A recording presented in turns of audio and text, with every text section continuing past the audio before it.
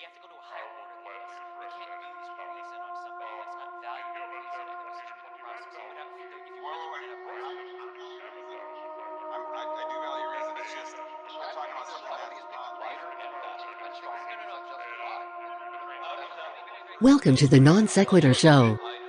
Continual watching beyond this point may result in terminal face palming and a complete loss of wokeness. You have been warned.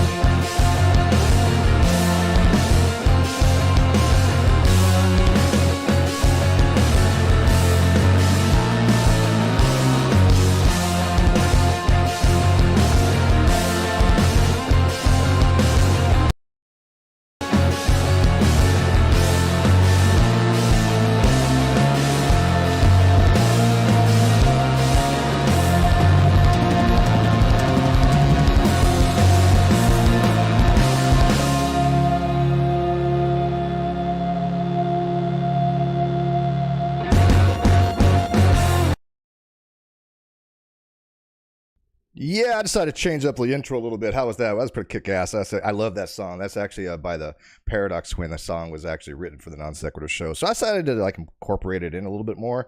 I was using it for atheological a-holes, and so I'm kind of mixing them together because we got some a-holes on tonight to talk about some atheological stuff and some philosophical stuff.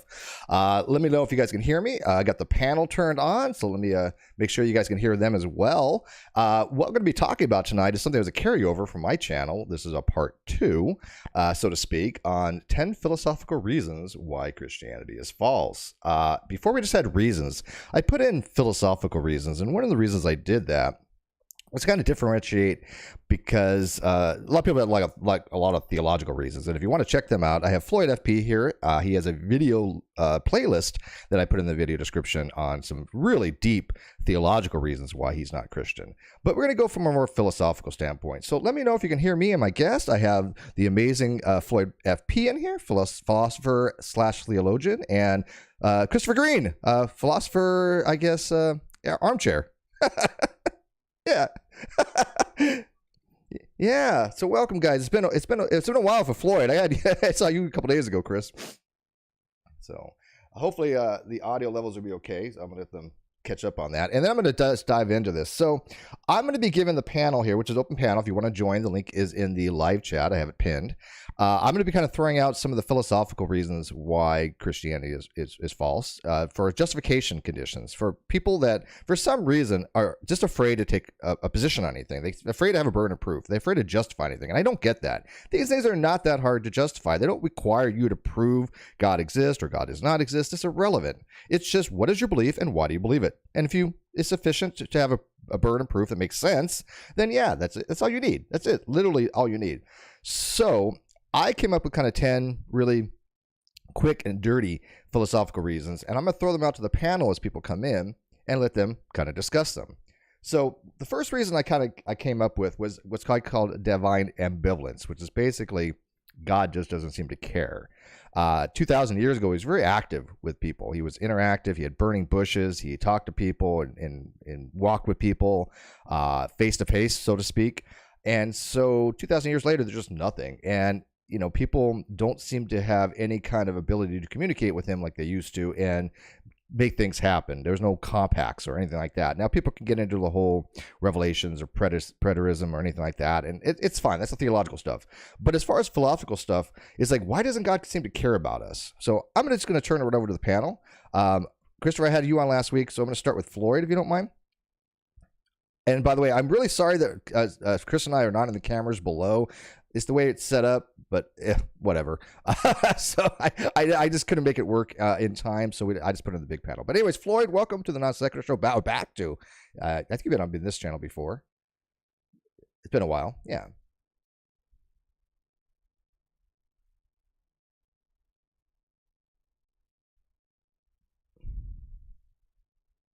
Oh wait, hang on a second. They said they can't hear you. I could. The speakers are working, so you guys should be able to hear them.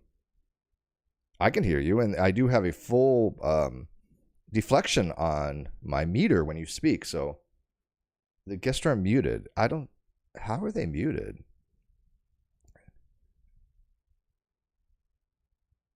Yeah, because my meter is moving just fine for them, which means it's going out on the OBS output.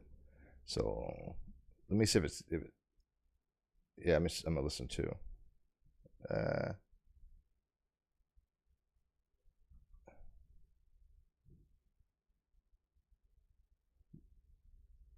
Huh. So they can't. You guys still can't hear them?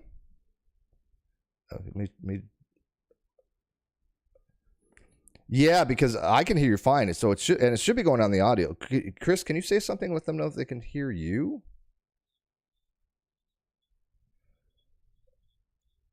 That is really odd because I am getting speakers deflection, which means I'm getting my sound moving up and down. So let me try one thing. I don't know when that would work. Default. Yeah. What? Okay, so give me some suggestions. Why would this be working? Because I hear you guys fine, and literally I see it in my mixer. Steve's fault. Yeah. Why would that? Okay. But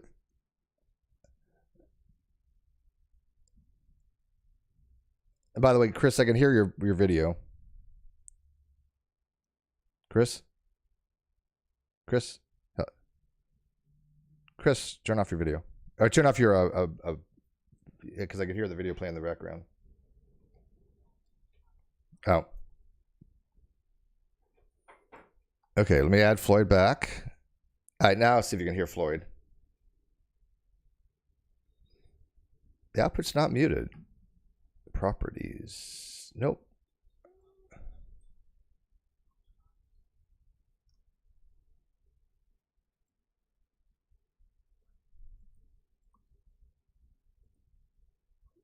Settings in the Streamline Performer Pack. No. I mean, I can show you my setup. It is here. We'll figure this out. So let me do a present.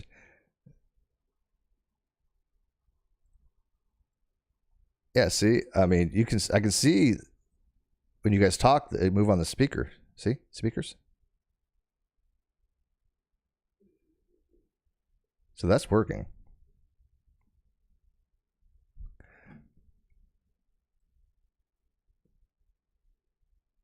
Is it in broadcast mode?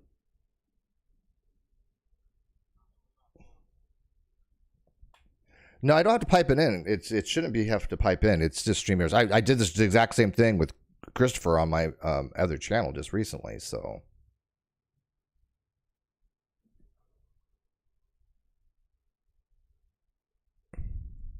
try toggling the mouse.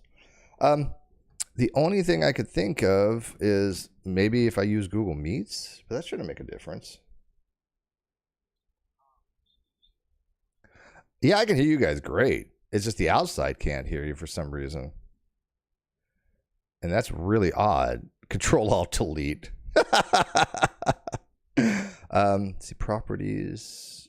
Let me go into my audio settings. Let me see if I can restart that part. Default. Try now. I changed it to default desktop audio. Does that work better, guys, outside?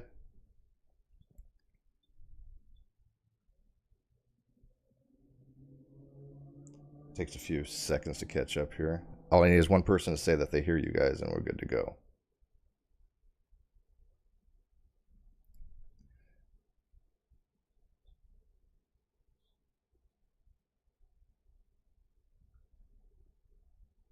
I mean, worst case. I mean, I could maybe nothing. Still nothing. Why is it nothing? Isn't that kind of odd though? I mean, the audio I'm getting of a meter. I've never had that happen before. Yeah. AT2. Help. Yes. What am I doing wrong here?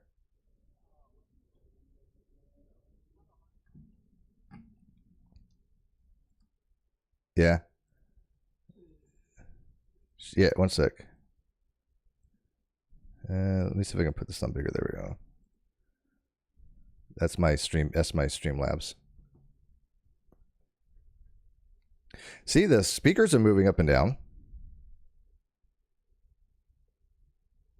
You guys get to see behind the hood here, under the hood.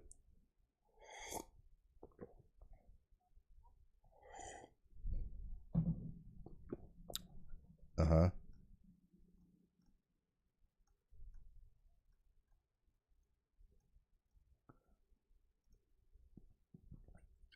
I never had to add the speakers before.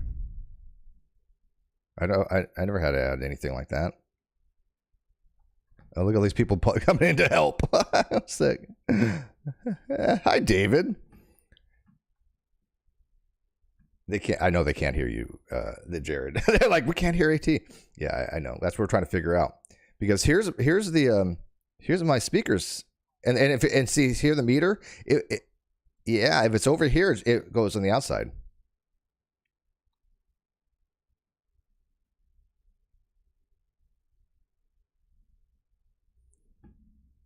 I have it down mixed. Oh wait, that's monitoring. But that's yeah, maybe. Oh, maybe if I had mute output. I don't know. Monitoring off. Let's try that. Now talk. Okay, now can they hear us? But if that was somehow on mute, I'm gonna be like pissed. Yeah. Oh, that will be hilarious. Mute output. Okay. And it takes like what 20s. Yay! Okay, that did it. Yay! Oh my God. Okay. There you go, Steve. Yay! Thank you, Jared. Go, nice. You're the best. You're amazing. Yes, we know for next time. Yes. Yep. So good to know. Good to know. Okay, one more other thing to check on OBS, right? All right, that was 13 minutes of technical stuff. So let's dive into the topic. Let's try that again. Hey, Jared, stick around if you like. And also David Pullman just showed up. So hi, David. I'll mute and listen Hello. for a bit. I'm actually about to grab a little more for dinner, so I will be back momentarily. Sounds good. All right, so let me drive this again. So Floyd, divine ambivalence, God not seeming to give a crap about us. And by the way, we're talking about the classical theist God, a very specific type of classical theism God. I'm still agnostic. I'm not an atheist. Let me make that very, very clear. Okay, so go ahead, Floyd. Yeah. Well, again, if you take a biblical approach, it seems like in biblical times, God played an active role in human history. But now he only seems to participate in human history, I don't know, Sundays and football games, or to help a old widow, relieve her of her savings and give it to a televangelist and so forth. Mm-hmm. Yeah. Find car keys. Yeah, find car keys and things like that. Where in the past, Jesus was walking across water. The Sea of Reeds or the Red Sea was splitting. There were miracles and so forth. And the only time we hear about miracles nowadays is I guess in cheap tabloids or in stories from Africa or India or something like that. Mm-hmm. So it doesn't seem that evident that this God is participating, in the world. The more and more coverage, the more and more technology we have, the more and more distance this God becomes.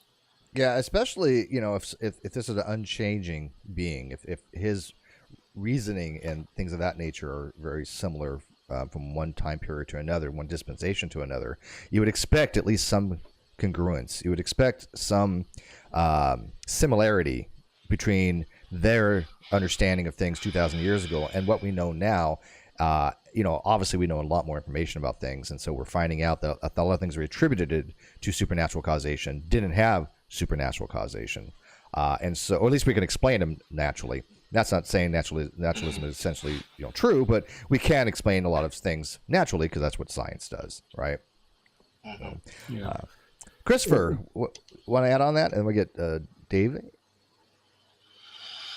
Yeah, I mean, really, just to echo all of that. I mean, it's just that, it's really hard to distinguish the hand of God from, let's say, natural phenomena. Like, for an example, let's say you go to church, you have a religious experience of being saved.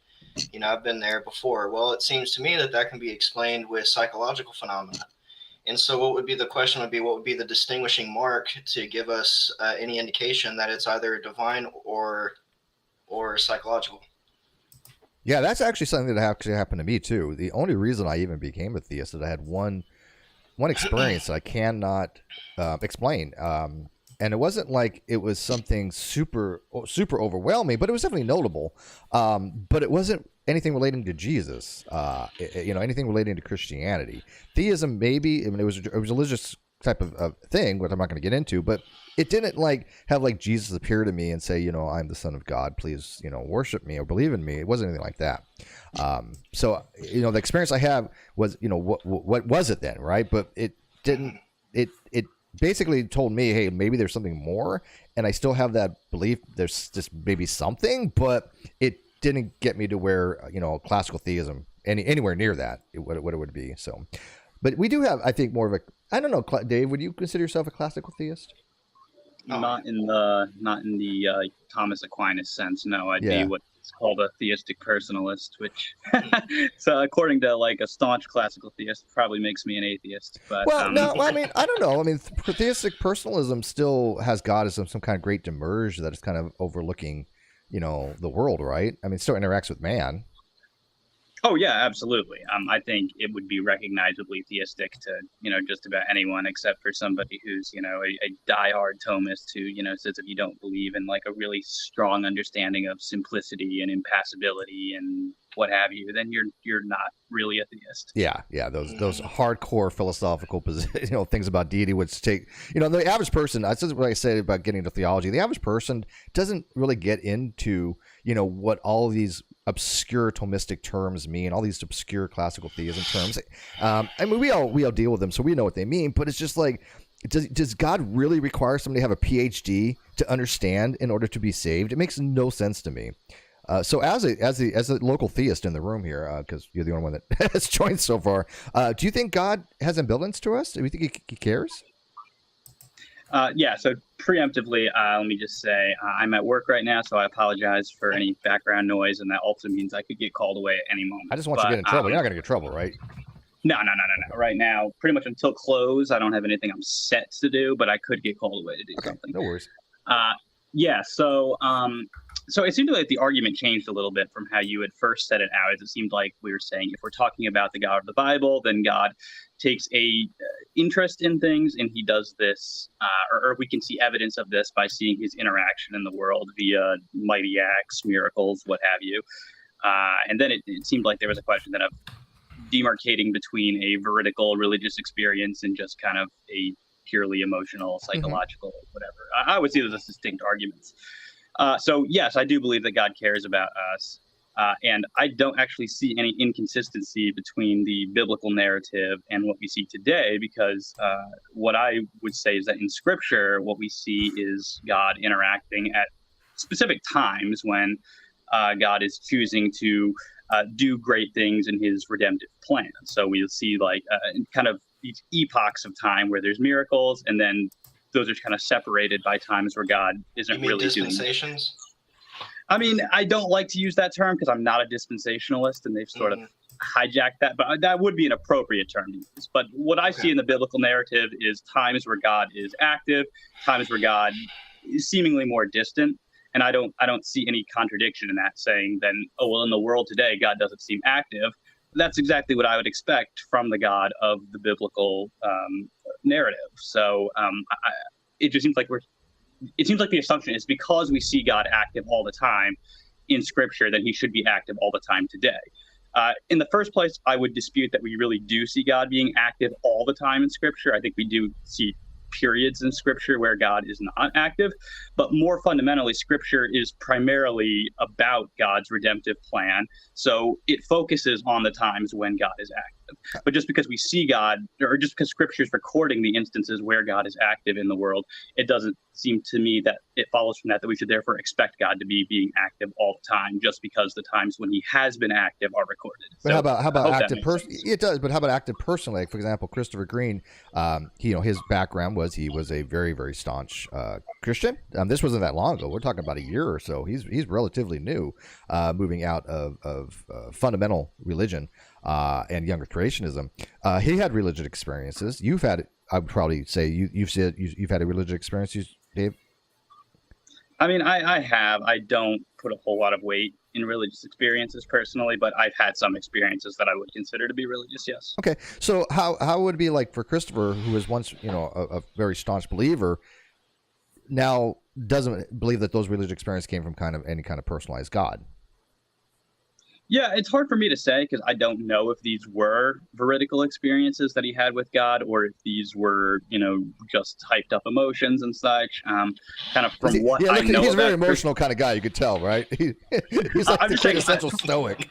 From the conversations I've had with Christopher, it seems to me that the sort of Christian fundamentalism that he was in, which is actually similar to the one that I was raised in, and I don't really think that God is within a 1,000 miles of this sort of like really oppressive sort of controlling fundamentalism. No, and that's actually a good answer, Dave. I mean, and Christopher, I think you would agree that the religion, because you guys do know each other pretty well, the religion that you were in, God is nowhere near anywhere that particular church and beliefs that you had, I believe. So I would say I would agree with Steve. I would say that's fair. I would also say that, of course, so you would say that God's not within 1,000 miles of that type of Christianity, but I've also, within the Christian experience that I've had, so a problem of symmetry basically, that when I was in that group, they would say that God's not within 1,000 miles of, let's say, what they would call liberal Christianity, right?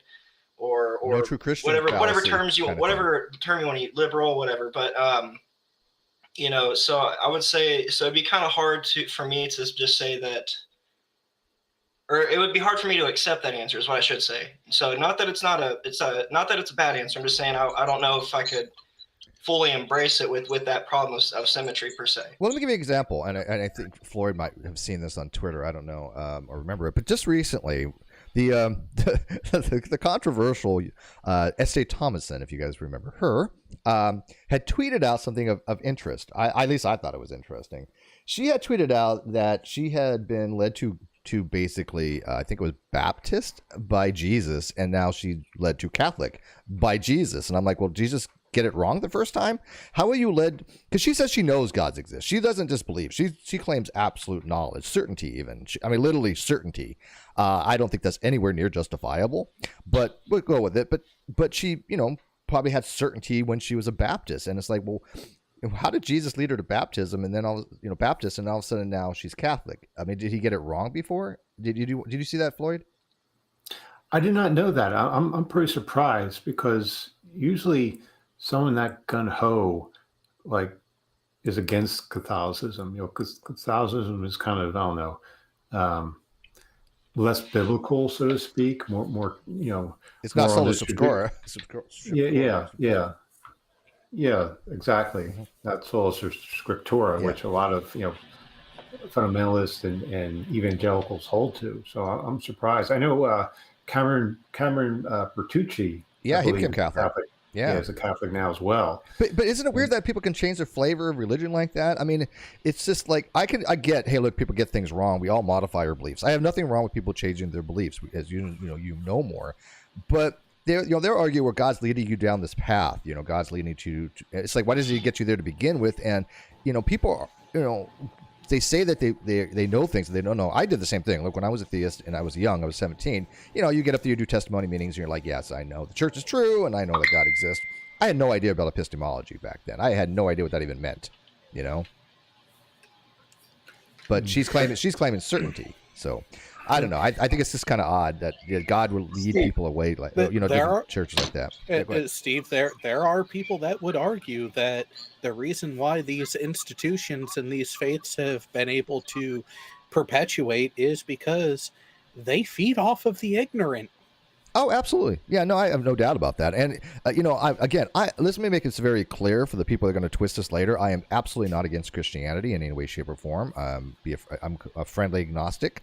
But there are certain variations of Christianity I'm absolutely against, 100% against, like younger creationism, radical fundamentalism, and Baptist, things of that nature. And by the way, I think everybody in this group is, even in the theists. Jehovah's Witness. My brother was a Jehovah's Witness. Yeah, I'm not fond of them. Scientology. I mean, there's a whole bunch of different variations. Scientology is its own religion completely. Yeah, this is true. But like I said, it's not, as a whole, it's just that there's certain aspects of Christianity that I have found to be very harmful to people. All right, so I think that goes over the first one. Let's talk about the second one. It's kind of related. Celestial hide and seek, which is, as Floyd would readily point out, a kind of divine hiddenness, so to speak. Why is it that God is playing this weird game of, hey, look, I exist, but I just need you to have kind of faith that I do, for reasons? Yeah. Who wants to take that one? Yeah, and I know a lot of Protestants will appeal to Romans 1 that, everyone knows God. Romans 1, 18, 21. We suppress it on our unrighteousness. Romans 1 doesn't say, by the way. Yeah, I don't think so either. But hey, look, people have their interpretations of the Bible. That's why I don't get into theology. It's like one person reads it this way, one reads it this way. One man's exegesis, another man's eisegesis. Okay, so whatever. Yeah. Well, and that's why I often start with the question of, is the person that I'm talking to about, particularly the Christian faiths, a literalist or a mythicist when it comes to the Bible? Because if they're a literalist, oh boy, do they make it easy. I would definitely leave the mythicism for that, but not for like not Carrier's mythicism. I'm not a mythicist for that. But Dave, let me ask you, since you're the only theist in the room here, not to be outnumbered here, but why is it that God developed this plan that you had to go looking for him? Yeah, I mean, my personal answer to that is because I think there's value in the journey of discovering God. I think that that there's something valuable about, first of all, having the desire to seek God, and then being able to kind of have a path that you can walk where you can learn more about God. And so this kind of feeds into that last issue you were raising about why the modification of beliefs. I know for myself, traveling from, a young earth creationist, King James onlyist, like rock rib sort of fundamentalism to more of where I am now, that's been an incredibly important journey for me. And there's things that I learned along the way that, if God had just brought me to the point that I'm at right now, things I wouldn't, feel like I had learned, or that I hadn't been active in kind of discovering God, getting to know about him, sort of in that relational way. It would have just been like, dumped on me. So I don't know if that makes sense, but my own answer to that is there seems to be something that's valuable or desirable about the journey of discovering God for oneself. It does, and it's a fair answer, but here's the thing. Christopher had the same journey as you, and look where it led him. Well, clearly then it wasn't the same journey. Okay, but initially, we started down the same path. And Chris, you know what? right? I don't know if this will be a satisfying answer. I'm I'm hoping Chris comes back. I'm hoping that this is a part of his journey.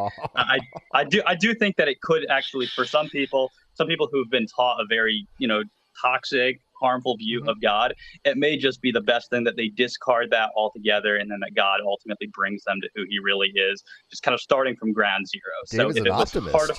If it was part of Chris's journey, that God had to just completely remove this false view of himself from Chris, and then to gradually reveal himself to Chris as he really is. It would seem to me then that we can't really say that Chris ended up in a completely different place from where I'm at. You good with that, Chris? Mm.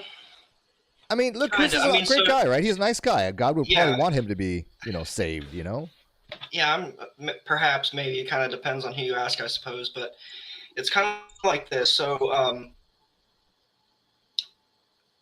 so when it comes down to, would I go back to theism again and things like that? or perhaps God leading me back to theism or whatever. So I think if I were to do, if that were to happen, if something like that were to be the case, I think I would really have my struggles with misotheism, just for the simple fact that when apart from what I've been told about Christianity, when I read the Bible, the text itself, it just still comes off as God being, malicious, brutish, and yeah, he peppers in some goodness in there too. I understand that. I get that. Some things just seem radically unfair. Like, for example, let's see if I can remember his name.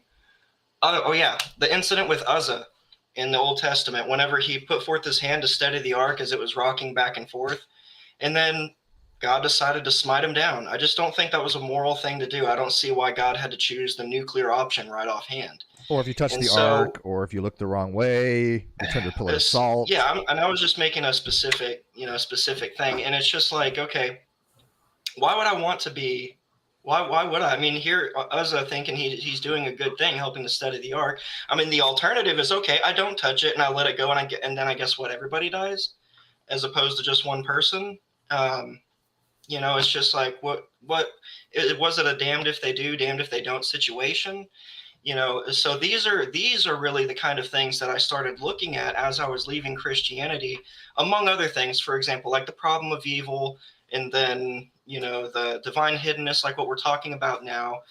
And so taking the collection of those things together, and then of course me discovering naturalism, Oppie's brand of naturalism and everything, it just kind of led me this way. And I'm just like, okay, if I were to come back to theism, what kind of things in the Bible would I have to accept? And then what kind of excuses do I still have to make for God's bad behavior? And so I think that it would be, if that were to happen, it'd be a very long road in helping me to understand God and why he would want to do things such as the incident with Uzzah. Floyd, are you kind of in the same boat for that? I mean, if you did realize there the Christian theistic, either theistic personalism or some kind of classical theism, God that did exist, would you tend to more mesotheism?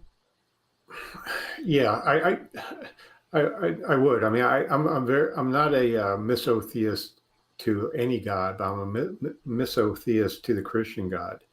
I think we need to distinguish, the Christian God from other gods in his personhood. The Christian God, as I understand it, is a person. Has a personality, is a conscious being. He has intentions. He makes decisions. He can communicate. He has a mind. He has thoughts, and so forth. So this God could easily interact with us just the way he supposedly interacted with Adam and Eve in the garden. I always thought it'd be a good idea, just the way the President of the United States has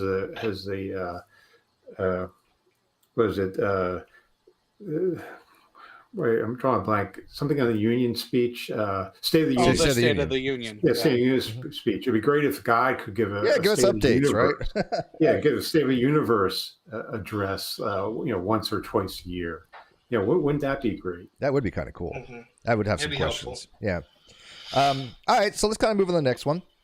Now, the next one, somebody had actually put in the, I think it was Anis Frida, had put in the comment section some really good feedback on this one. Was like, well, how does this actually relate to Christianity being false? And I realized when I did this on my channel a couple of days ago with Chris, I didn't really link them together.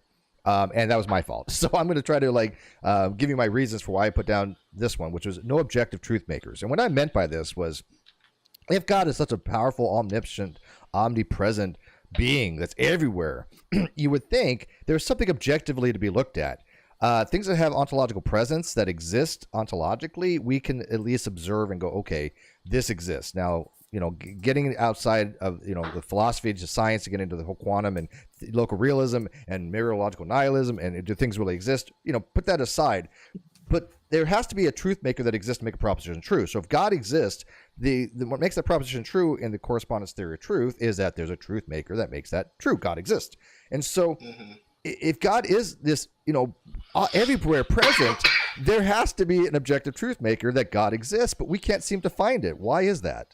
That's what I kind of should have actually related it last time. So I want to thank Anis Frida for kind of pointing that out, that I didn't really make a great argument of how that makes Christianity false.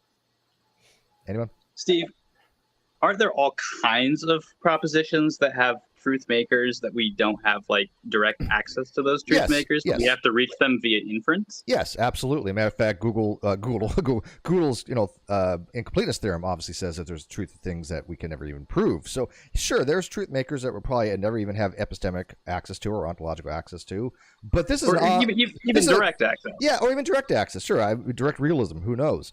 But God is everywhere. God is so super big and powerful. It's like he should permeate everything. He should be, you should be like everywhere you look kind of stuff. There should be a truth maker at least you can look at.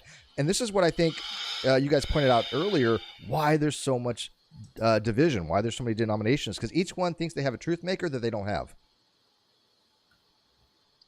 Okay. It just seems to be like this is an objection that we shouldn't be able to reach God via inference, but that belief in him should be non-inferential.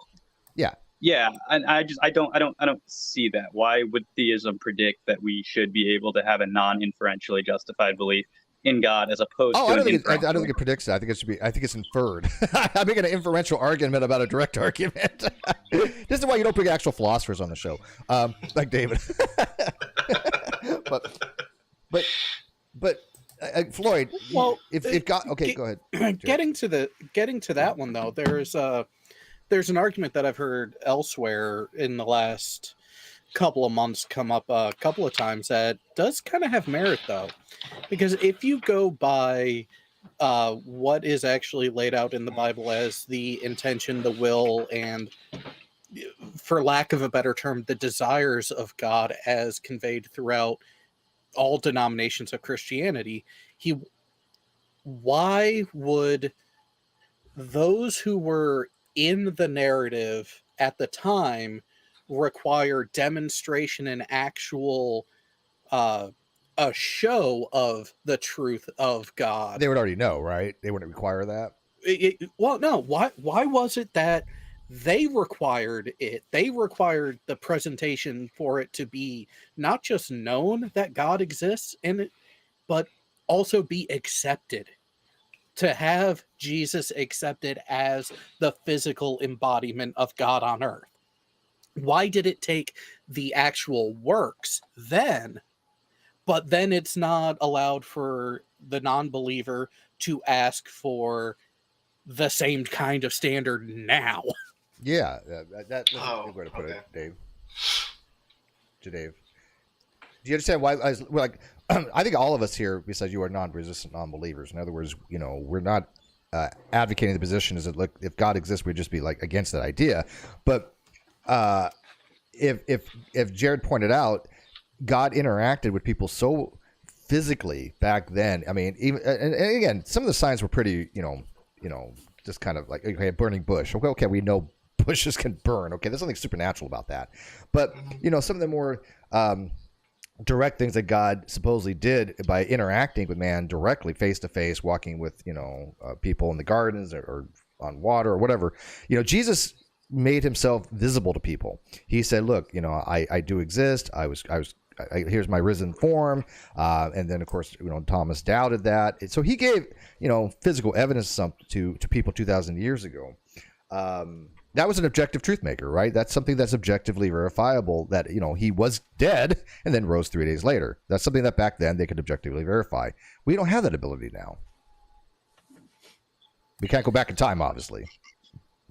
Doesn't that assume that time travel would be the only way to verify something like that? Yeah, which I don't believe in, by the way. Only future. In this case. Yeah, in this case. Unless he came down again and said, hey, look, like, Floyd said, cosmic updates. Hey, I'm still around.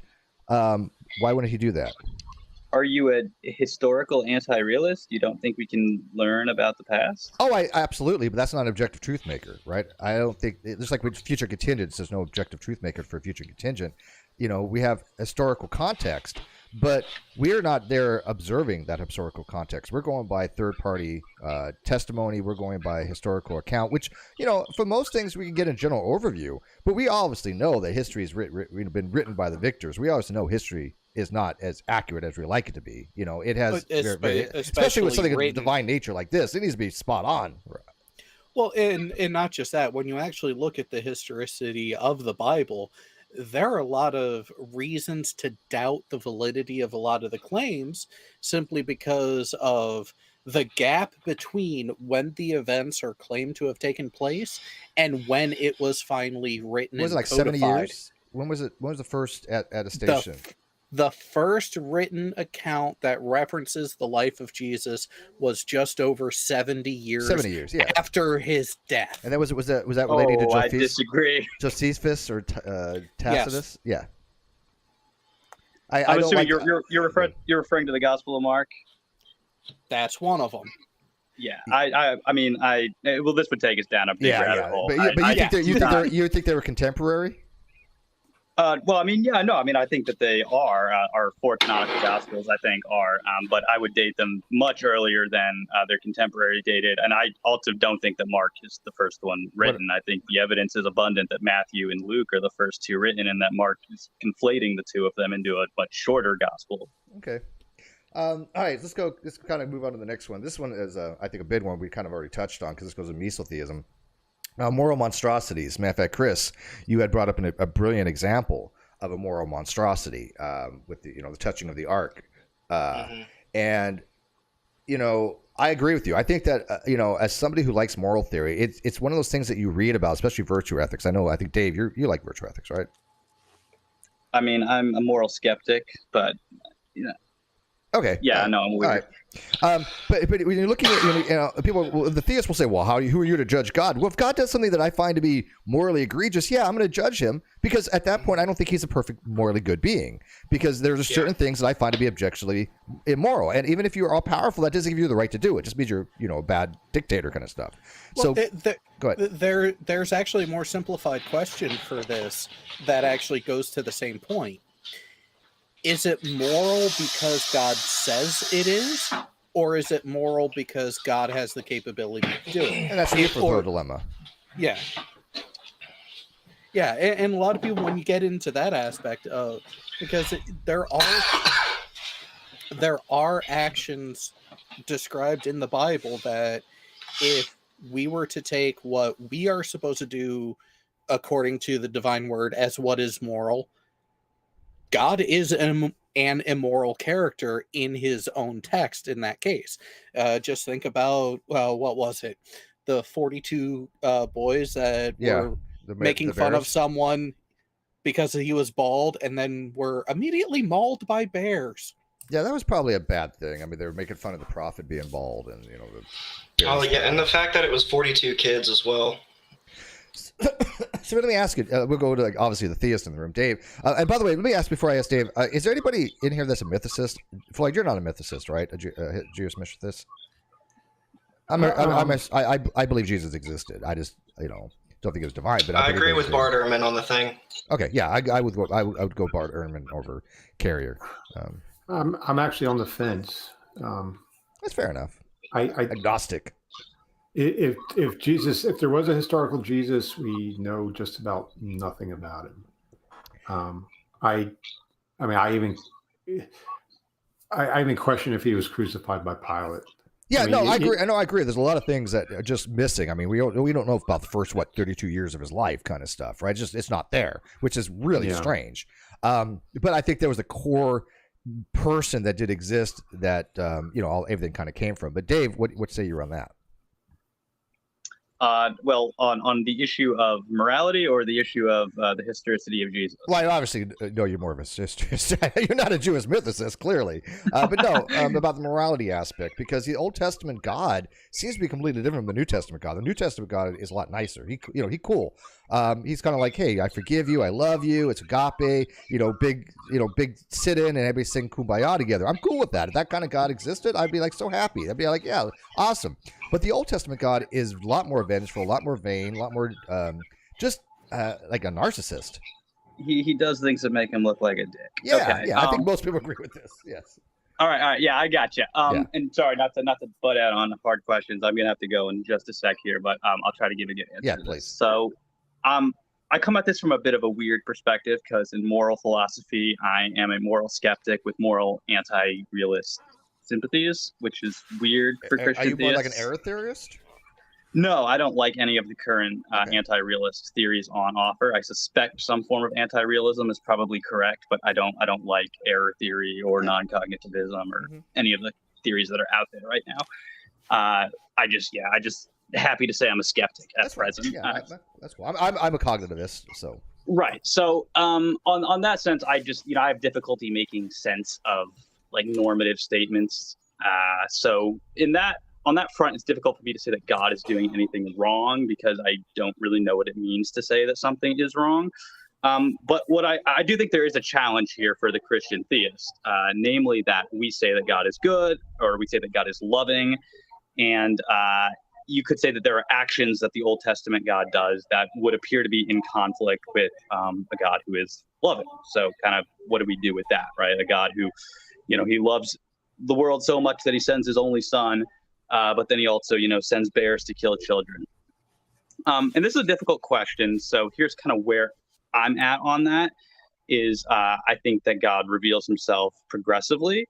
And so that I don't have to, say everything that every portrayal of God in the Bible is necessarily going to be a completely accurate one.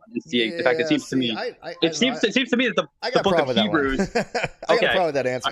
And unless you're saying, look, if people got it wrong, if they got the stories wrong, if it didn't actually happen, and God go, hey, look, man, I wasn't me, man. People kind of made that stuff up, but it's in the Bible. He let it perpetuate.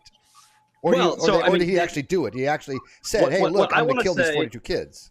I want to say that the full revelation of God is found in Jesus. So as a Christian, that's what I'm committed to. So anything that we see in the Old Testament that's inconsistent with the character or teachings of Jesus, we're going to have to say this is not something that is reflective of God, because Jesus is the full revelation of God, right? Jesus says, you've seen me, you've seen the Father. Anything that comes into conflict with the teaching of Jesus, that automatically just can't be something that God does if we're going to take seriously the proposition that Jesus is the full revelation of God. So that's kind of my hermeneutical starting point, and then I just build out from there. Okay, but if you're going to parse it out that way, doesn't that fly in the whole face of the Bible in its entirety being divinely inspired? Yeah, it sounds like you're kind of just like discarding the Old Testament because it's not congruent with some you sound like Randall Rouser. Yeah, I think it would be. It might be in conflict with the thesis of biblical inerrancy, which I don't, care to defend. Biblical inerrancy. You're not inerrantist. Yeah, it's not necessarily inconsistent with the doctrine of biblical inspiration, depending on how one parses that out. But again, I don't really think I need biblical inspiration in order to be a Christian either. Primarily, what I need is I need Jesus. I need, the Trinity. I need an atonement theory of some kind. And obviously, to some extent, I'm going to need to have a generally, at least parts of the Bible that touch on these doctrines are going to have to be historically trustworthy in some sense. And for me, that's primarily the Gospels. What I don't think I need is every part of the Bible to be completely without error, particularly when a book like Hebrews, at least in some parts, seems to presuppose that the Old Testament is imperfect in some areas. So there are just issues with some of those doctrines for me personally. Yeah. Okay. And I think that if, I would much rather Christians, believe that than some of the other conclusions that they can come to, even if I don't find that answer satisfying, at least in the sense of, if I were to be a Christian, then at the very least, I think it'd be a better world if we had Christians who would at least just have that. I think it'd be a lot less inspiring of, such dogmatism and hatred and things of that nature. Yeah, I just think though, like the people that do, really get into moral theory, it just seems incongruent that that particular being had done certain things that he did. Now, people are going to argue, like I said, maybe the biblical people who wrote it down kind of wrong, but in a book that's supposed to be based upon your guide way to get salvation, that's a big thing with me. The Old Testament and that kind of moral monster. I think, and obviously gets into the whole problem of evil. The logical and evidential problem evil, which we'll get into. But I think that the character of the Old Testament God just seems completely different than the New Testament God. Like, they're not even talking about the same thing, the same being. Well, okay, maybe we can explain it this way, that in the time period between the Old Testament and the New Testament, God went to a cosmic AA meeting and found himself. he got help. You know, it's so funny. I was like, when I was on Agree to Argue, actually, it said something along the lines of, there's a meme out there somewhere. I can't seem to find it right now, but there's a meme, and basically I said something like, nowhere ever in the Old Testament does God say, you know, thou shalt not own slaves. He actually says, you know, hey, this is if you're going to own a slave, this is how you do it.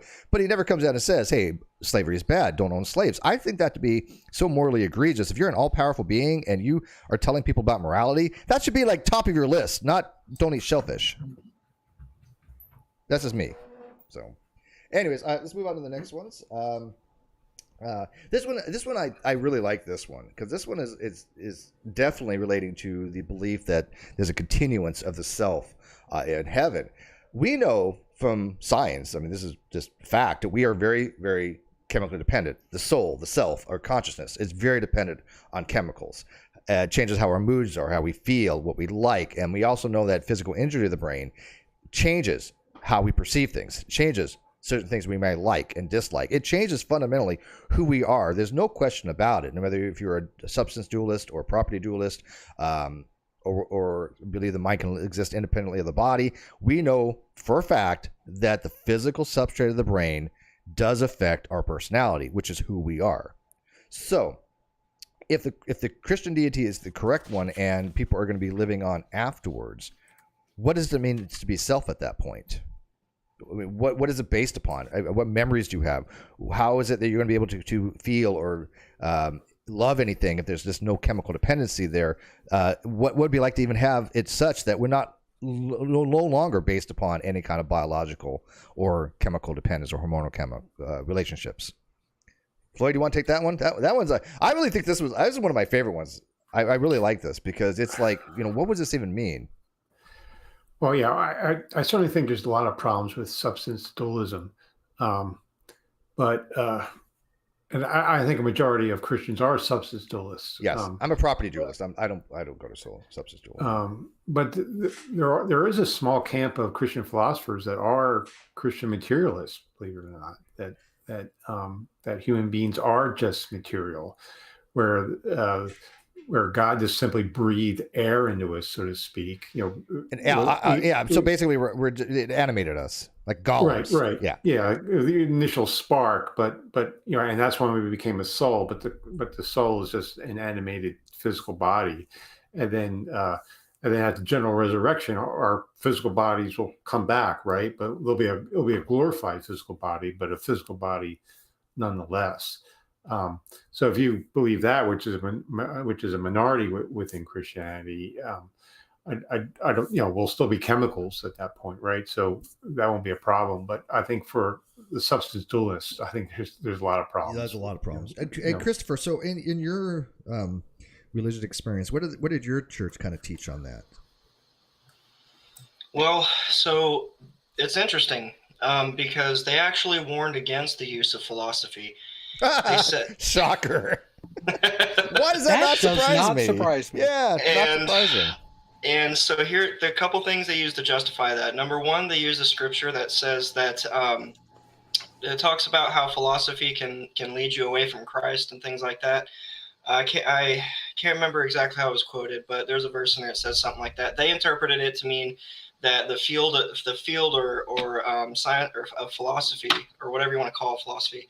Anyway, that academic practice will lead you away from Christ. That's what their thing was. And secondly, they also another thing that the reason they wanted to justify that is because they said that philosophers will what am I trying to say here? They'll reason apart from the scriptures, and that was a big no-no. Can't reason apart from the scriptures. So with that being said, I never heard words like substance dualism, property dualism, physicalism, you know, things of that nature. It was only until after I left, a little while after I left, that I actually started reading a book on physicalism. And, you know, it's funny because I go back and forth. The first I'm like kind of gung-ho about physicalism, and then I'm also and then I kind of back off and I'm like, I don't know, maybe not substance dualism. I don't think that's a thing. Yeah, the most I go is what's called neutral but definitely. Have you heard of but neutral? either for me, it's a toss between property dualism or physicalism. I tend to favor physicalism, and if for nothing else, at the very least, it's consistent with a naturalistic worldview. And then, but also I think that there are good cases to be made for physicalism. This guy that, in this bookcase behind me, he takes a reductionist view, and I saw it. So on that particular thing, whether I take a supervenient view or a reductionist view, I'm really not sure on, what I want to do with that. Yeah, I tend to more of a non-reductive physicalism. I'm okay with what's called source physicalism, which was basically the belief that physically the universe started first, and then from the physical, the mental came out of that emergence and then supervenes on the physical. That's fine, but it doesn't really explain if there's a mental process prior to the creation of the universe. Matter of fact, before we even started, Floyd had actually said, what is the more foundational? That there's something physical that was the beginning of everything, God, or is it the mental, which would be God? To us, we exist in the universe. I think that the physical came first, obviously, and then, billions of years later, the emergence of mental came out from that. But, to have this being that's pure mental, but even still, the Old Testament, the classical theist God, he had some kind of form, as Floyd pointed out. He had physical properties to him, correct? Right, yeah. The Old Testament God is a very anthropomorphic God. He has back parts. He walks with atoms. But later becomes a more transcendent, simplified spirit kind of thing. Yes, divine simplicity. Yeah, in Genesis 1, he doesn't create the world ex nihilo. It was ex materia.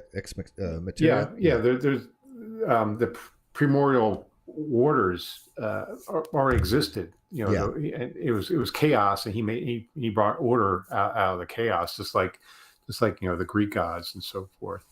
So he actually didn't create the water. It was actually there already. But later on, when theologians got exposed to Neoplatonism and Stoicism and other Greek schools of philosophy, the Bible God turns into the God of philosophers at that point. Yeah. Also, I just did a show on Milwaukee Atheists talking about Gnosticism, and Gnosticism has a lot of that relationships. I mean, Christopher, I don't know if you looked into this, like the On the Origin of the World in the Nag Hammadi library, or the Pistis Sophia, but you would probably be really interested in Gnosticism if you ever looked into it, because it really has some. The storylines are so similar but so different that you have to look back and go, man, what if Gnosticism won out over Christianity? There could be 1 billion, 2 billion people that believe the Gnostic Gospels rather than the Christianic versions of them, because they're pretty similar. Yeah. There's a lot of variations of Gnosticism too. Yeah, So all right, so I think that was kind of interesting. What actually happens, in the Christian point of view, if we live on to be with God. I mean, to me, living for eternity, I think, would be in its own way some kind of hell, because after you've seen all, done all, what's left? I mean, what possibly could you do for an eternity? It just seems mind-boggling to me, and I don't know if that's something that anybody would even really want. Well, and actually, of all places that touches on that dilemma, Star Trek in Voyager with the stagnation of the Q continuum. Mm-hmm. Yeah, or The Good Place. Have you ever seen that? They touched on that quite a bit. That was a big overarching theme of The Good Place. If you haven't seen it, no spoilers, sorry. But yeah, exactly. All right, next one. We kind of already touched on this one a little bit, but I want Floyd to kind of talk about it, because this is one of his favorite ones, is the existence of evil. The logical and evidential, if Floyd kind of wants to describe them. And they're really good. I think the evidential problem of evil is one of the hardest problems for classical theism there is. I really do. I think I don't know any theodicy that can actually assail that one. I know Plantinga has his theodicies, but his one against logical problem of evil is a lot stronger than the evidential. But Floyd, that's kind of your genre there. You want to take that one? Yeah, I mean, the logical problem of evil has been around for centuries now. Epicurus was the one who kind of formalized it well, where if you have an all if you're omnibenevolent God, then evil can't exist. But evil does exist, so there's a contradiction there. And of course, you have all these theodicies to try to resolve the problem. But the evidential problem of evil goes farther, where it says there's just not evil in the world, but there's gratuitous evil. There's a lot of evil, and we see that through the history of living beings. And through the evolutionary process. Over millions and millions of years, millions and millions of animals have suffered, have died. Right now, animals in Africa are being ripped apart, by other animals. Smaller fish are being swallowed by larger fish. You have typhoons, earthquakes, all sorts of natural disasters. So there's just not evil in the world, but there's a lot of evil. Yeah, I think that's so hard to overcome, man. I mean, the logical problem of evil, sure, if you have all the omni properties, you have the ability, omniscient, benevolent, omnipotent, you have the ability to get rid of evil, have the power to do it, and the know-how to do it, but evil exists. They're incongruent. So that logical system cannot be, all of the propositions can be true at the same time. It's what's called logical inconsistent system. But that's only for a very specific classical God. A lot of Christians don't posit. But the evidential problem that you brought up, with the gratuitous or the natural evils, it's hard to understand why, there's exactly the amount of evil in the world that there is. If there's one less evil in the world, if one less evil existed, would it have any effect on the overall salvation of anybody? Well, clearly not. I mean, if certain things that we're not even aware of doesn't happen, then obviously it couldn't affect anybody. Now, somebody could argue, well, that's not really any kind of evil then. Well, I would beg to differ. I mean, I think that natural evils that cause human suffering, whether a tornado, whether they're, stubbing a toe, or even just, as you pointed out, in the animal kingdom, tooth and claw, these things are savage. There's pain that exists. I mean, we're not the only ones that feel pain. We know animals feel pain. Anybody who's owned a dog or cat or any kind of animal knows they suffer. And it hurts. You have empathy for them. So that does bring about a pain in us. It brings about a pain in the animal. Why is that allowed? I mean, it seems incongruent with a being that wants, to be omnibenevolent and all-loving. And yet, in the Old Testament, he had burnt sacrifices. So the chat actually has come up with a response to that I agree with. And it's April Van Ryn. The problem of evil has a simple answer. God is evil. Well, the Old Testament God probably seems that way. And that's why, a lot of people actually even, there are some sects in Christianity that think that they wasn't even describing Yahweh. It was describing Moloch or Baal or some other type of, Mesopotamian god in the Old Testament. Matter of fact, the Gnostic gospel, they describe it as Yaldabaoth, which was the god that created the earth but not the heavens. And this was Jesus came around and said, hey, look, Yaldabaoth is not the true God. The true God is the unknown God. Whenever you hear the chasing the unknown God or have knowledge of the unknown God, that was the gnosis that was talked about, of the divine knowledge that was instilled in people, that the world was created by this trickster god, very similar to Loki. Matter of fact, there's correlations to Loki as well, or chaos, as you had mentioned earlier. Yeah, part of the demiurge. Yeah, demiurge. The Old Testament god is just part of the demiurge. Yeah, exactly. There was a demiurge god, and so that accounting makes a lot more sense. If we're going to put stock in this, and I'll just say, yes, there's a historicity that made this stuff true, then the Old Testament God wasn't the Christian God. The New Testament came around and say, hey, look, this isn't the case. But then again, Jesus even said that the Old Testament was still true, did he not? I mean, he kind of fulfilled what was the Old Testament trying to say. So there's a lot of problems there, I think. Yeah. I mean, in John Gospel, Jesus says, if you believe Moses, you believe in me because Moses wrote about me. Yeah, exactly. But what do you think about the problem of evil as far as like the one last stub your toe one last time? Why would it matter? I mean, obviously there's like Hicks soul building theodicies, and I don't think they fly, because there's nothing soul building about experiencing the exact amount of evil that we experience. And it seems to be a lot of determinism, especially even fatalism to a point. If we have to experience a certain amount of evil to have understanding. It makes no sense to me. Yeah, that's where the hyper Calvinist will go. He'll say there is no gratuitous evil. Yeah, exactly. Because it's fatalism. They're hyperdeterminists. You're already done. Yeah. You're in the hyperdeterminist model. Your salvation has already been determined prior to your own existence. Yeah. Child rape is good because it's God foreordained it since the They'll foundation justify of the anything earth. in that schema. To them, it's all good. It's everything. Every evil that happens on that schema is a natural good, which I think throws morality theory right out the window. Yeah. That's not a moral God, not by any means. And by the way, I'm really not a fan of Calvinism by any stretch of imagination. By the way, we'll have a Calvinist on soon, though. Yes, we're trying to get Matt Slip back on, but I'll announce it at the very end. We have a presupposition is coming on next week. Yes, I'll announce that. I love to debate Calvinists. Oh, you already know who's coming on, and I know Christopher does too, but the audience doesn't quite maybe know yet. So I'll announce that towards the end. Keep him around. I can't wait. All right, so let's move on to the next one. This one we've touched on a little bit, the biblical inconsistencies and errors. Not to get into the details of what they are. Everybody's been through them a million times. But I think that most... Oh, there's so many. Yeah, thousands of errors and even attestation issues of who wrote what. I don't think most modern Christians are infallibilist or inerrantist, and that makes sense. But there's certain sects of it, the classical theist, as far as the Bible literalist, every word.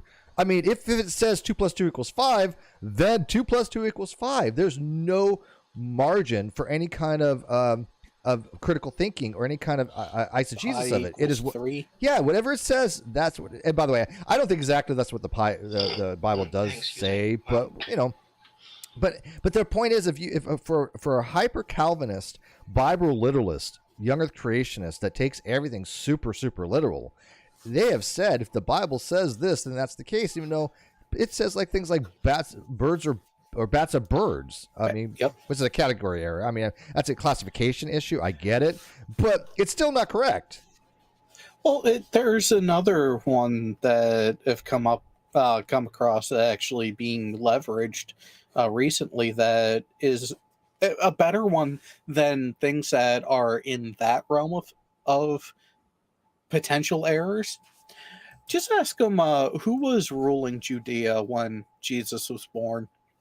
Because between the Gospels, there is a discrepancy of at least 10 years. Because in the most common telling, there's... I'm blanking on the name. I asked them. All I know is I remember in Judges and Kings, they have discrepancies or something like that. Of one king that said he was 42 and the other one says 24. No. So this was who was ruling and why Joseph and Mary were traveling. One was right. You have the Matthew Gospel where Jesus is born under the reign of Herod. Herod died. That's what it was. Died in 4 BCE, and where Luke you have the Quirinius census, which took place in 6 CE. So there's a 10 years difference there. I have a presentation on my YouTube channel where I go over all this in detail. Yeah, I have your channel's linked in the video description. And again, didn't want to get into the technical things of the whole Bible stuff because theology bores me.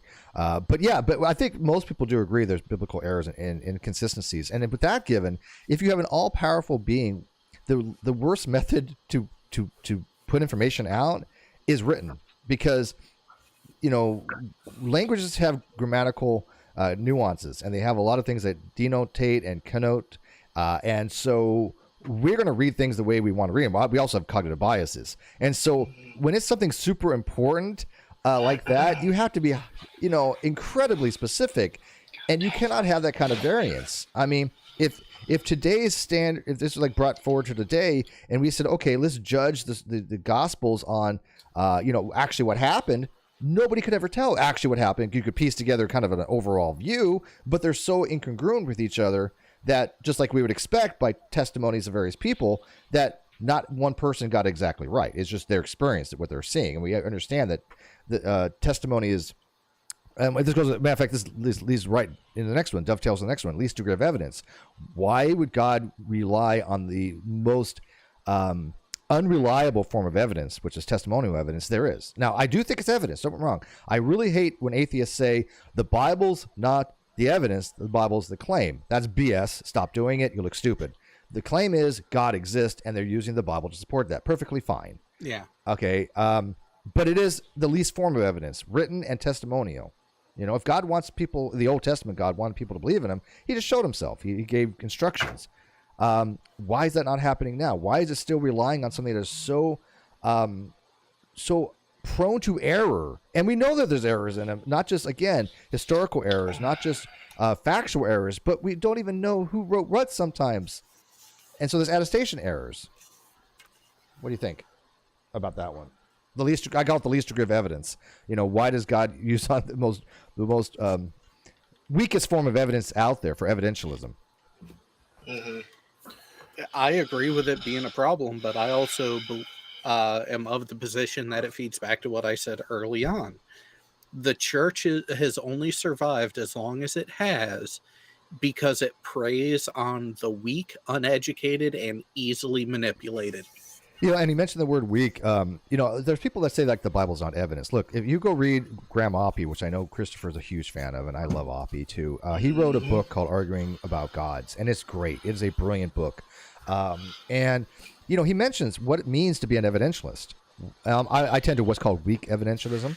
But, I think most people, in order to justify beliefs, tend to have some form of evidentialism. It just has to be, if you want to justify something, you have to have some form of evidentialism. Some reasons to justify your belief, even if you're a rationalist or not, you still need some form of evidence. And so the Bible, testimonial things and things of that nature are still evidence. It's called weak evidence. In other words, it's not evidence that will maybe convince the non-believer, but it's something to be evaluated. That's still evidentiary. But people seem to make the mistake, they conflate weak evidence and weak evidentialism with scientific evidence. They're not the same thing. And when you conflate them, you have a category error.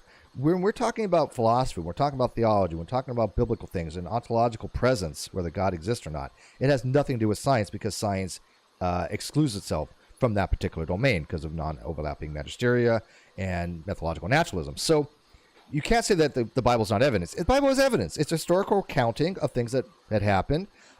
Is it evidence for God? Sure. Is it weak evidence? Yes. Is it something that's going to convince some people? Yes. Does it convince me? No. But it did at one time, and so did Green, and so did Floyd. Floyd, you were a theist too, weren't you? I was raised Presbyterian, but I've always had doubts all my life. Yeah, I wasn't. It's so funny. I had doubts all my life too. I went to some Christian things and some other things, but I never really got into it. I never really felt much like a believer. Then of course, I had experience, and I believed and it didn't last very long. But then I was even questioning, what the hell do I believe? And then I read the Book of Mormon because I got baptized Mormon when I was 17. And I'm like, this makes no sense. So I read it again. Didn't get any better. I read the Book of Mormon 3 times, and I still don't know what the hell. I understand what's in it, but the claim that it gets you closer to God is false. It just makes no sense. Mm-hmm. It's a poorly written book. I reject Christianity now because I took it seriously. They were making all these claims and so forth, and they said my eternal soul is at jeopardy here. So, I better really take this seriously. So I'm going to start studying the Bible and learn as much about it as I can. Mm-hmm. And when I did that, it just confirmed my suspicions I had all along. Yeah. See, the audience says it's not evidence, and I happen to disagree with them. Sorry, live chat, I do disagree with you. Evidence is evidence. Evidence is what you're giving to people to evaluate. And I think Graham Oppy, actually, in Arguing with the Gods, agrees with this. That's weak evidence. It's still evidence, though. To say it's not it discounts Bayesian theory even. It absolutely is some form of evidence, but it doesn't mean it's convincing evidence. And again, Oppy goes into great detail about that. I highly recommend reading Arguing About Gods. All right, so next one. We got to get through this. Fantastic Stories. This one actually has been around for a while. I know Ozzy has talked about this particular one. That everything we know about God has been told to us. We don't go out and objectively find God, relating back to the objective truth makers. We don't go back and find the properties of God. There's nothing like even the problem of universals where the properties exist. or not, we can at least look at something and say, okay, this has the property of roundness. This is the property of green. Is it instantiations? Who knows? Is it one property that exists that's being instantiated all over the place, or is it multiple instances, or is it trope if you get into trope theory? Who knows? But there's still something there, right? We can still say this is, round, or this is some kind of roundness. But when it comes to God, everything we discovered is because word of mouth. It's always been told to us. And the same things happen when we see these fantastic mythological stories of other divine beings or other supernatural, or even I would say comic book characters. And I hate relating it to comic books, but in this particular case, it's apropos. What do we know about Spider-Man?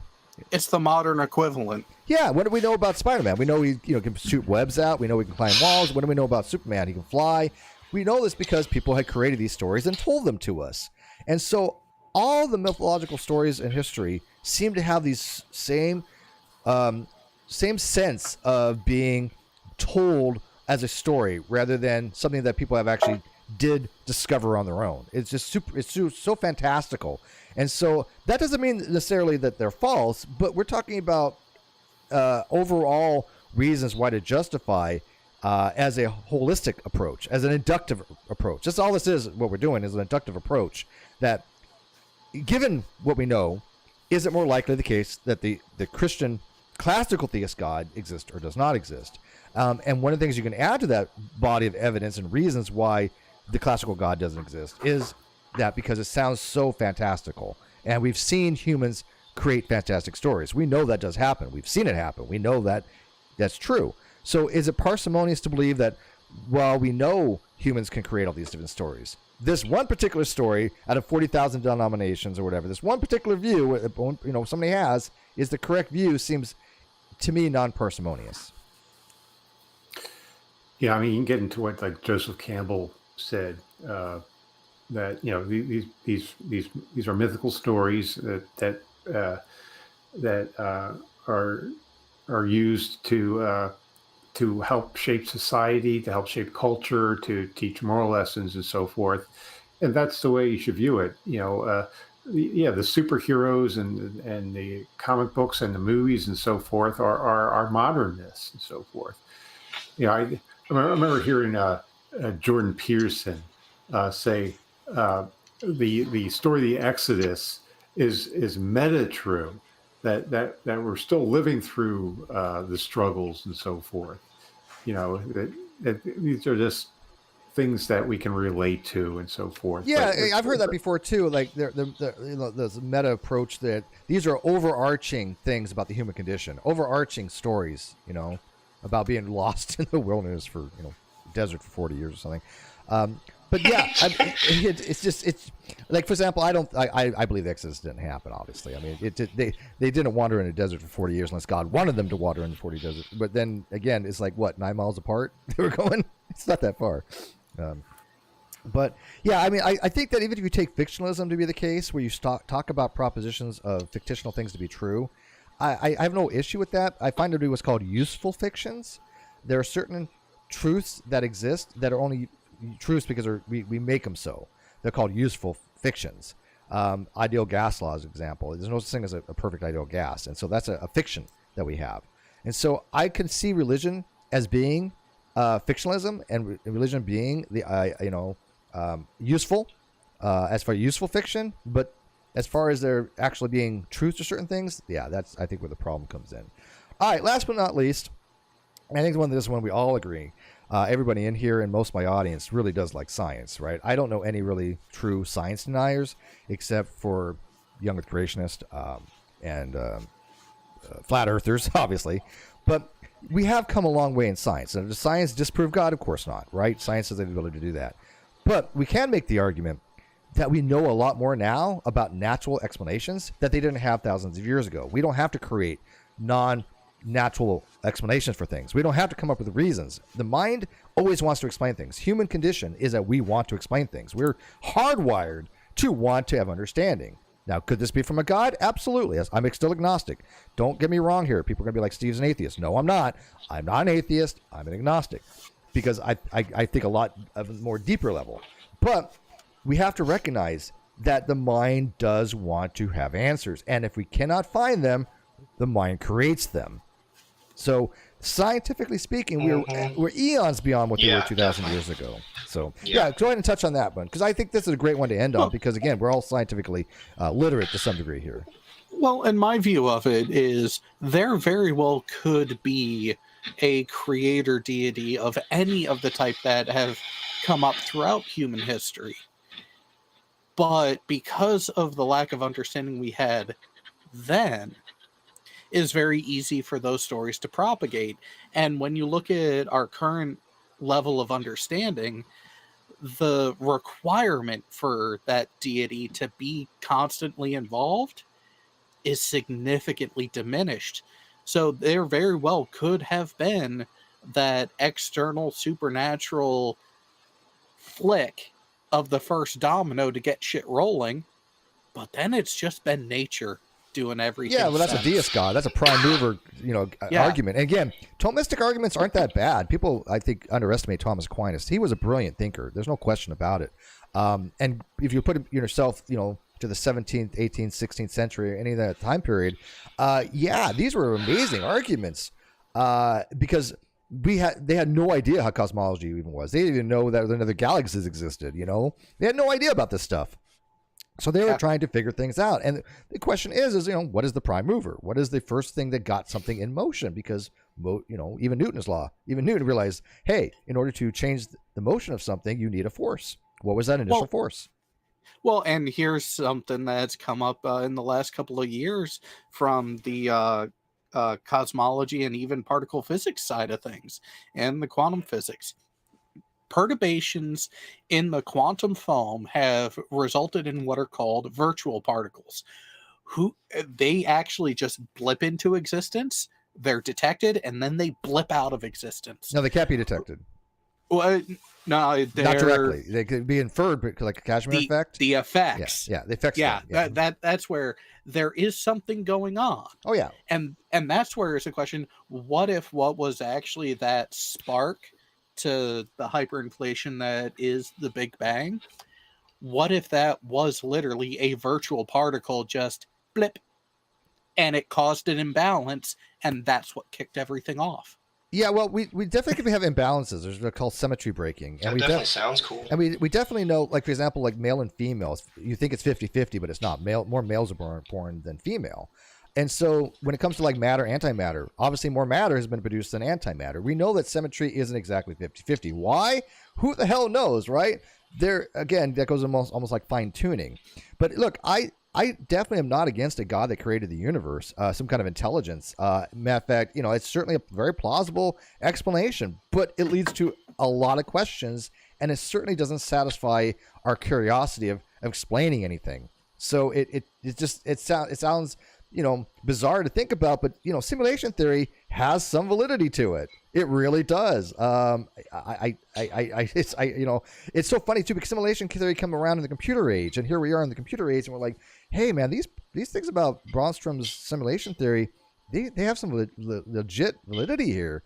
And when it comes to information theory and holographic principle, we're discovering things now that they didn't have any idea of 2,000 years ago. So maybe, if God exists, he's some kind of super brilliant mind.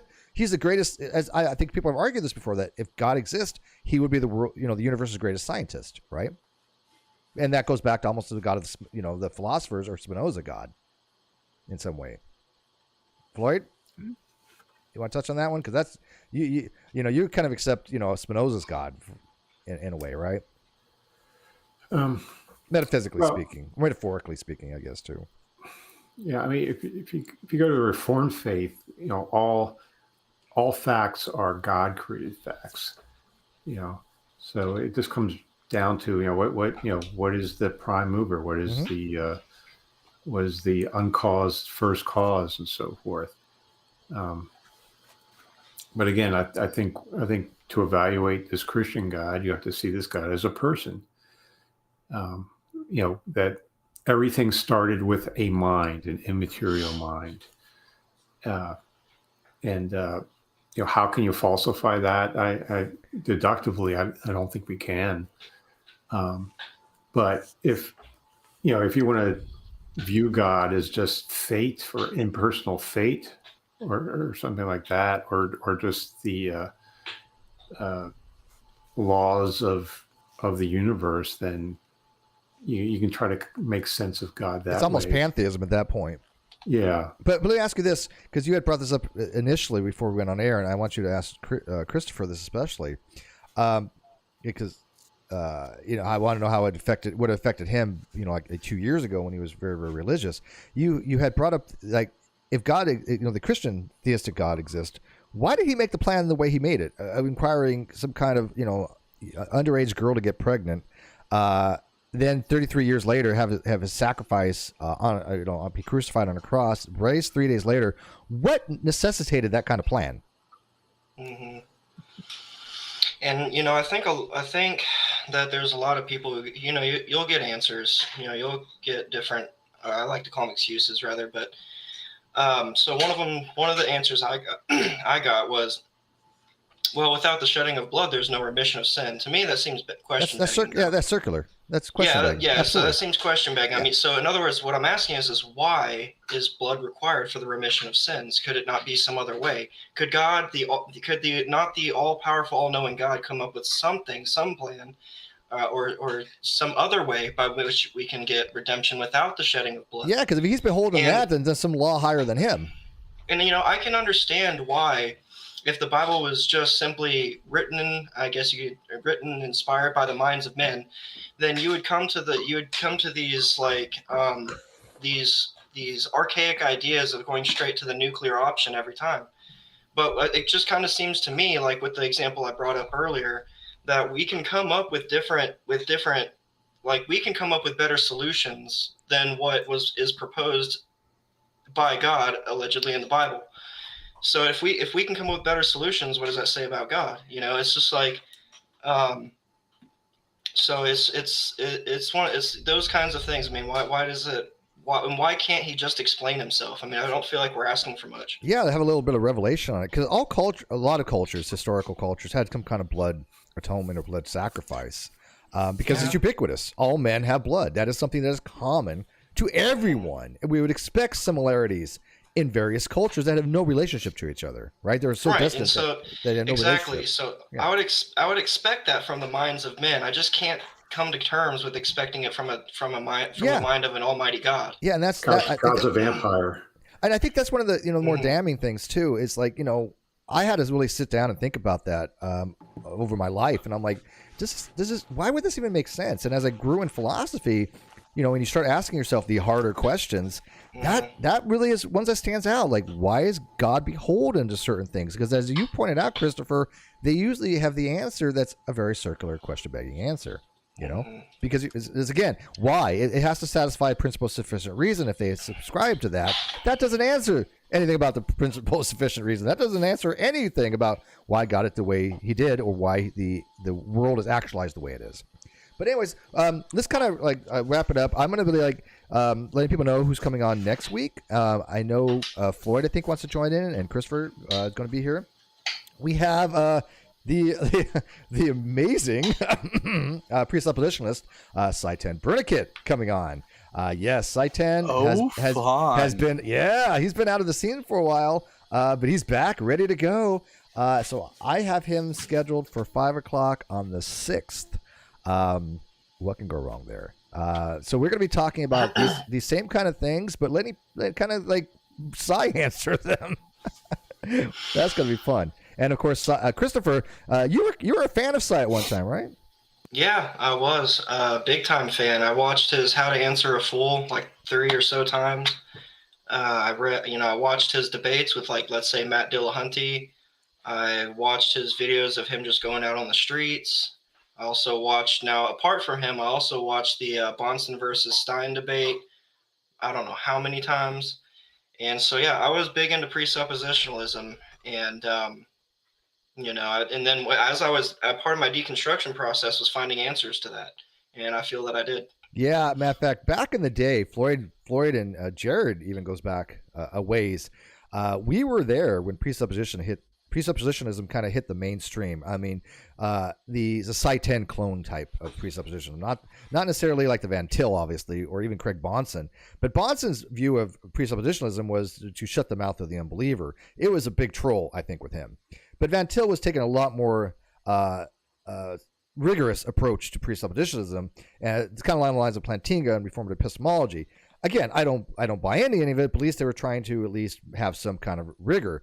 But the Psi 10 clone comes in who didn't understand, I think, actual academic presuppositionalism, and just kind of went with the most basic arguments, and it was all rhetoric. It was all empty rhetoric. And so Floyd, myself, Ozzy, and people had a heyday. Who was it? Floyd? What was it? The NGC channel with Dr. Michael Jones, right? Remember that?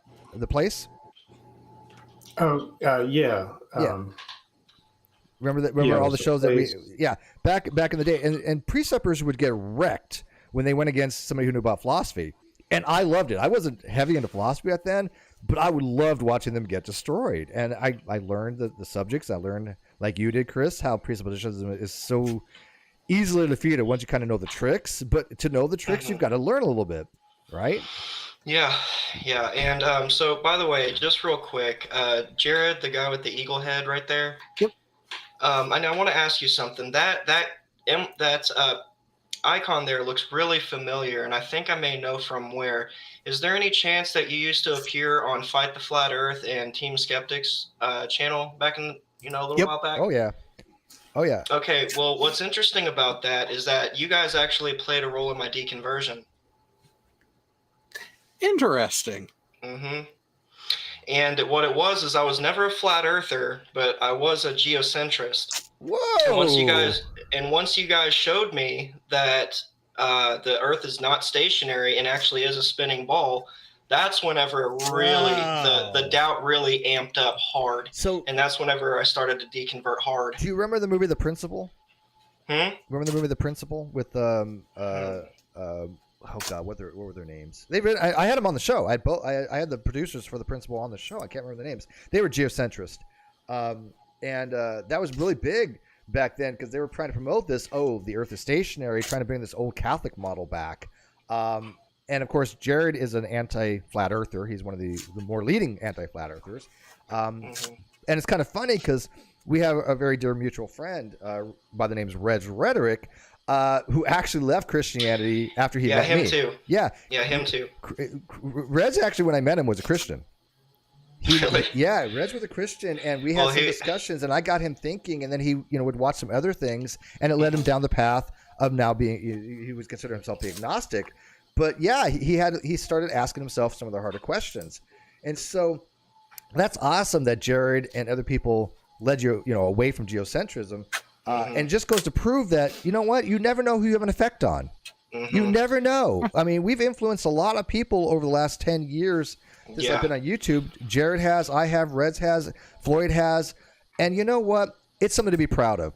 When I had my debate with Wayne Fillmore on Young with Creationism, a month later, he left Young with Creationism. And he wrote about a blog on it, on BioLogos. It's powerful to think that you've influenced people to start thinking for themselves. Now, whether it may lead up, who knows, right? I mean, Wayne's still a theist. I got no issue with that whatsoever, none. But he at least recognized the science was against the Young Earth creationism model, and you recognize the science was against geocentrism. So don't think that for a second that YouTubers don't have some kind of influence on people, and that to me, they do, is amazing. Oh, yeah, I definitely do. That's why I do it. That's one of the greatest things I can hear. And Jared, you should be so proud of that, dude. No, it's something that, especially the last couple years, because of how I've been kind of pulled away from being on shows and on air as much as I used to be, I haven't had that opportunity as readily available for people to let me know that. But, dude, I'm glad I could have been, that I was able to be a positive influence on you in that way. Yeah, Rick Delano. Thank you, Akeem Omaki. Rick Delano. Yeah, and I can't say how much I appreciate it, too. I mean, just the fact that I am where I am today, and yeah, life's not perfect, but, it's coming around. And it's I mean. Hey Chris, you want me to get Rick Delano back on? He actually reached out to me when they're making some other movie not too long ago, and he was like, "Hey Steve, do you want me on to kind of?" It was the end of Quantum Reality or something like that was the name of it, or something along those lines. But I mean, the show wasn't on air at the time, the NonSequitur Show. But I could probably get Rick Delano on any time because he still promotes this stuff. The geocentrism. Yeah, Rick Delano, and I can't remember the other guy. Yeah, I mean, I would need some time to prepare for a conversation such as that because it's been a long time since I've looked into that topic. I haven't even. Yeah, no, I agree. So, but no, I mean, I can definitely at least still, even at this moment, reference some of the things that I was taught that really, broke it down. Aren't you so glad though that you moved away from that? Because I mean, obviously, I believe I got freed from, what bad a lot thing. of people would probably consider what a lot of people would consider a cult because of it. And so, yeah, I'm definitely glad to be out of that, pit of abuse.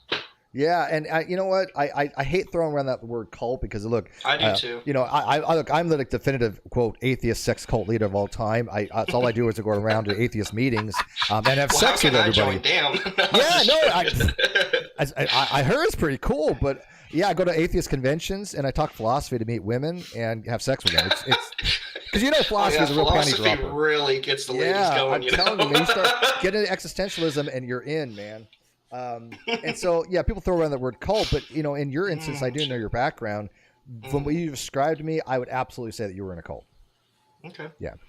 Yeah, because if the body that you're, in a sense, reporting to actively undermines every other source that you could potentially interact with, you got to look at them with a side eye. Yeah, I absolutely agree.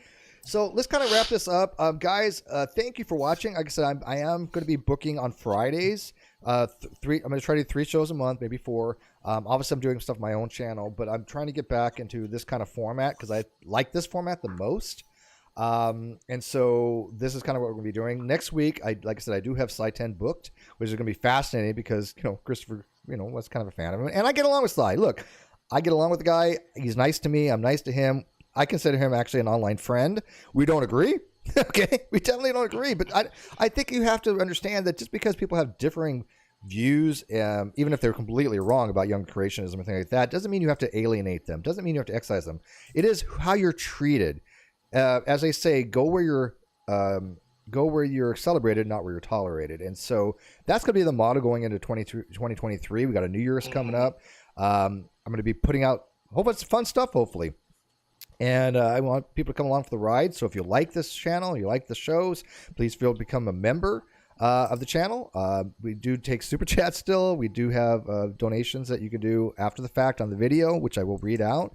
Hopefully, I'm never going to get rich off this channel, but extra coffee money never hurts, But help keep the lights on. Yeah, help keep the lights on. I mean, I did invest a lot in this channel, and people pointed that out to me. Hey, Steve, you spent a lot of money getting this channel back. You kind of owe it to people in a way and to yourself to kind of keep it going. And I think that that's right. Even if it wasn't for other people, it is for myself. And I love the stories. Hearing about what Christopher has gone through, I'm telling you, it just really reinvigorated me, and I cannot stress enough how grateful I was to hear from Christopher his story. Oh, dude, I was so impressed, dude. I keep telling you, I was so impressed how you. People don't realize this is only a year and a half journey for you. That's nothing. That's nothing in time. So, yeah, that's awesome. Yeah, April Von Ryan for $2 $2. That's for the lights. Thank you, April, and thank you all, for your moderations as usual. April, you are just amazing, and I do appreciate every time she comes to mod. So, all right, let's wrap this up. I want to wish everybody a very safe and happy New Year. I'm going back to regular hours. Yes, they want to promote me and put me in more hours. I don't know if I'm going to take it, but I will still have Fridays off. I have them blacked out. It is done. Fridays are one day that they will not ever call me for anything. It doesn't matter.